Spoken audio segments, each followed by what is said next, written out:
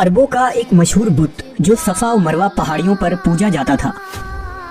ये वो बुत थे जिसे लोगों ने अपने हाथों से नहीं तराशे थे, बल्कि ये जीते जागते हकीकी इंसान थे। उन्होंने खाने काबा के अंदर ऐसा क्या जुर्म किया था जिसकी वजह से अल्लाह ने उन्हें ऐसा खौफनाक अजाब दिया जो आने वालों के लिए इबरत की निशान बन गई।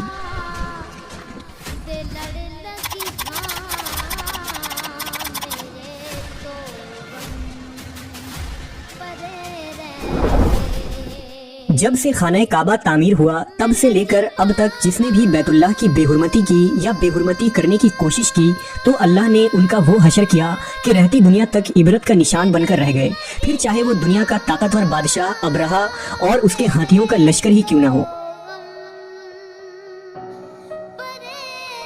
इसके अलावा तारीख में कई ऐसे वाकयात मिलते हैं कि जिन्होंने काबा शरीफ की बेहुरमती की और उनको अल्लाह ने दर्दनाक अजाब देकर तबाह कर दिया। इसकी एक मिसाल इसाफ और नाइला है। इसाफ बिन याला और नाइला बिनते जैद दरअसल कबीला बनी जुरहुम के एक मर्द जन थे। नाइला एक खूबसूरत और हसीन लड़की थी जो अपनी कबीला में यमन के किसी इलाके में रहा करती थी। ये खूबसूरत हसीना कबीला बनी जुरहम में अपने हुस्न की नुमाइश किया करती थी। वो फहश लिबास पहनकर घर से निकलती थी और कबीला के नौजवान उसके पीछे पीछे चलते थे। हर कोई उससे ताल्लुकात का ख्वाहिशमंद था। उन्हीं लोगों में कबीले के सरदार का बेटा भी शामिल था जिसका नाम इसाफ बिन याला था। इसाफ और नाइला आपस में मोहब्बत कर बैठे और ये मोहब्बत बहुत ही जल्द खबासत में बदल गई। उन्होंने आपस में नाजायज ताल्लुकात कायम कर लिए और जब कभी मौका मिलता तो दोनों जिना में मशगूल हो जाते। इस तरह ये सिलसिला यूं ही चलता रहा। जब उनके घर वालों को इसका इल्म हुआ तो वो उनके खिलाफ हो गए, जिस वजह से उनके मिलने पर पाबंदी लगा दी गई। एक दफा का वाकया है कि बनी जुरहम का एक काफिला हज करने के लिए मक्का के लिए रवाना हुआ तो ये दोनों भी उस काफिले के साथ हज के लिए चल दिए।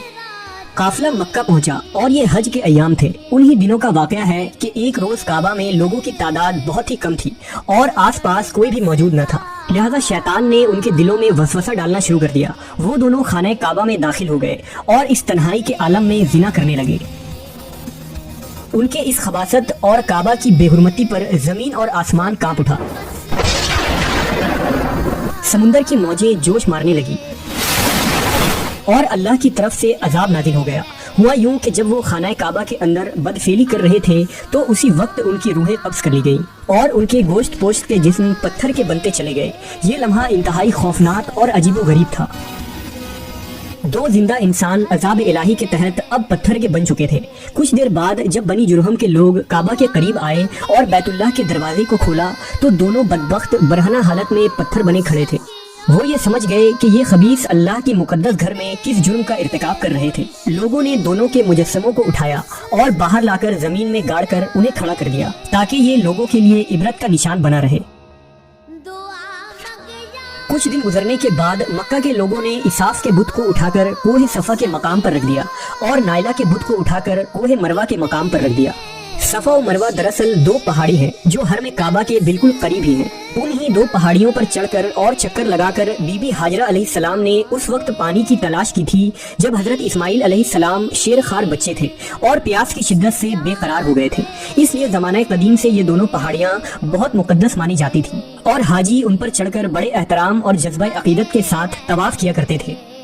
जब इसाफ और नाइला के बुत को सफा और मरवा पर रखा गया तो उनकी सजा ये तजवीज़ की गई कि जो शख्स भी सफा और मरवा पर जाए वो उन दोनों बुतों को एक एक जूता मारे। एक दो नस्लों तक तो ये अमल जारी रहा। फिर लोगों ने उन्हें जूतों के बजाय थप्पड़ मारना शुरू कर दिए और कुछ नस्लों बाद लोग उन्हें सिर्फ हाथ लगाया करते थे। इस तरह वक्त गुजरने के साथ लोगों ने उनसे इबरत हासिल करना कम और उनकी ताज़ीम ज्यादा करने लगे।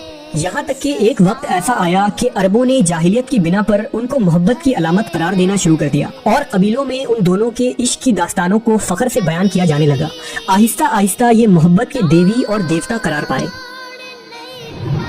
5वीं सदी तक इसाफ और नाइला के उस बुत को अरबों के बड़े बुतों में शुमार किया जाता था जिनके आगे लोग सजदा किया करते थे और कुर्बानी भी चढ़ाते थे।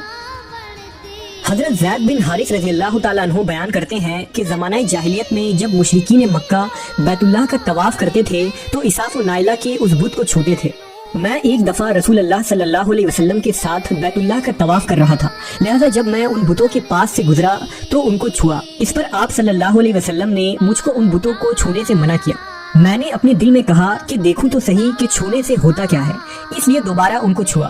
آپ صلی اللہ علیہ وسلم نے دوبارہ ذرا سختی سے منع کرتے ہوئے فرمایا، کیا تم کو منع نہیں کیا تھا؟ حضرت زید فرماتے ہیں کہ اللہ کی قسم اس کے بعد کبھی کسی بت کو میں نے ہاتھ نہیں لگایا، اور میں قسم کھا کر کہتا ہوں کہ نبی صلی اللہ علیہ وسلم نے کبھی بھی کسی بت کو نہیں چھوا تھا، یہاں تک کہ اللہ نے آپ کو نبوت عطا فرما دی اور آپ پر وحی نازل ہونے لگی۔ ایک دن رشد و ہدایت کا ایک سورج طلوع ہوا جس سے یہ پورا خطہ جگمگا اٹھا۔ حضور پاک صلی اللہ علیہ وسلم نبوت کے عہدے پر فائز ہوئے۔ آپ صلی اللہ علیہ وسلم نے دعوت و تبلیغ کا کام شروع کیا۔ 10 ہجری میں جب اللہ نے عرب میں دین اسلام کو غالب کیا اور محمد صلی اللہ علیہ وسلم نے مکہ فتح کیا تو آپ فتح کے بعد حرم شریف میں داخل ہوئے اور آپ نے اپنے بھائی حضرت علی کے ساتھ مل کر تمام چھوٹے بڑے بتوں کو توڑ ڈالا۔ آپ بت توڑتے جاتے اور یہ فرماتے جاتے کہ حق آ گیا اور باطل مٹ گیا، بے شک باطل نے مٹ جانا ہی تھا، یہاں تک کہ خانہ کعبہ تمام بتوں سے پاک ہو گیا۔ پھر آپ صفا اور مروہ پر تشریف لے گئے اور اساف و نائلہ کے اس بت کو اپنے مقدس ہاتھوں سے توڑ ڈالے۔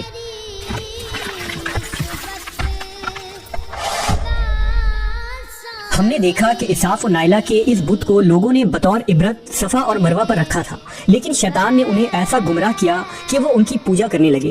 صرف یہی نہیں بلکہ زنا جیسے بدترین جرم جسے کعبہ شریف کے اندر کیا گیا تھا، لوگ اس داستان کو فخر کے طور پر بیان کرنے لگے۔ ہونا تو یہ چاہیے تھا کہ ان کے اس بدفعلی پر لعنت کی جاتی، لیکن عربوں نے اس گناہ کو داستان عشق بنا دیا اور اساف و نائلہ کو ایک رول ماڈل کے طور پر پیش کرنے لگے۔ بالکل اسی طرح آج کے اس فتنے بھرے دور میں یہی کچھ حالات نظر آتے ہیں، جہاں اگر کوئی شخص کسی طرح کا سنگین جرم کرے تو لوگ اسے ہیرو کی طرح بطور نمونہ پیش کرتے ہیں۔ فریڈم، آزادی خیال اور لبرلزم کے نام پر ہر طرح کی خباثت اور برائی کو خوبصورت انداز میں پیش کر کے اس کی بھرپور تائید کی جاتی ہے۔ اللہ رب العزت سے دعا ہے کہ اللہ ہمیں ہر قسم کی برائیوں اور فتنوں سے محفوظ رکھے اور شیطان لعین کے وسوسوں اور چالوں سے حفاظت فرمائے۔